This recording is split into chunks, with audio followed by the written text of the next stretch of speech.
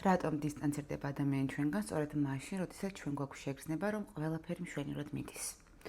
ეს თქვენ არ გეხებათ, არც სიყვარულს როგორც ასეც, ეს არის შიშზე, რომელიც ღრმად არის ჩამოავლილი სხეულში, მეხსიერებაში, გამოცდილებაში. ფსიქოლოგიაში ამას ამრიდებლური მიჯაჭვულობის ტიპს უწოდებთ.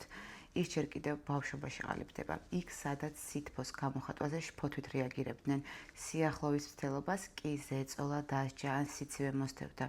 მიუღებლობა. ადამიანი იწყებს ურთიერთობას, სადაც ყველაფერი რიგზე ერთი შეხედვით მას იღებენ. ვიღაც ახლო ხდება, მაგრამ ის ვერ განიცდის სიხარულს, არამედ შფოთვას. თუ სხვა ადამიანები გრძნობენ სითბოს და ბედნიერებას, ის გრძნობს ზევდას და იტანჯება. თუ სხვები ისვენებენ, ის დაძაბულია და არაცნობიერად აქვს ცუდის მოლოდინი. ისინი ხშირად თავს არიდებენ ურთიერთობებს და ამბობენ, ჭირდება სივრცე. შეიძლება ძალიან კარგი დღე გაატაროთ ერთად, ბევრიც ისაუბროთ, მაგრამ შემდეგ სწრაფად ქრებიან. ვერ იღებენ სიყვარულს და ვერ წარმოთქვამენ სიტყვებს მე შენ მიყვარხარ, მაგრამ ისინი გრძნობენ ძალიან ღრმად, უბრალოდ მათი შინაგანი კომპასი არეულია და დარჩის ნაცვლად გაიქეცის უჩვენებს.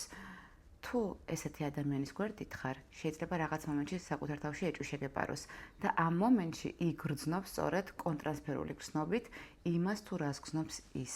ეჭვს რომ ეს ნამდვილია, რომ ეს რეალურია, რადგან გამოცდილება ძალიან მწარე აქვს. მათი სიახლოვის შიში ეს არ ნიშნავს, რომ თქვენზე ამბობენ ვარს. ეს არის თავდაცვის მექანიზმი ტკივილისგან. მათ ეტკინათ მრავალჯერ ბავშვობაში ან წარსულ ურთიერთობებში და ახლა ამ ფორმით თავს იცავენ. და მათ არ კურნავთ დევნა, არამედ შეგრძნება, რომ აღარ სჭირდებათ გაქცევა. გამიზიარე კომენტარებში შენი გამოცდილება. ნახვამდის.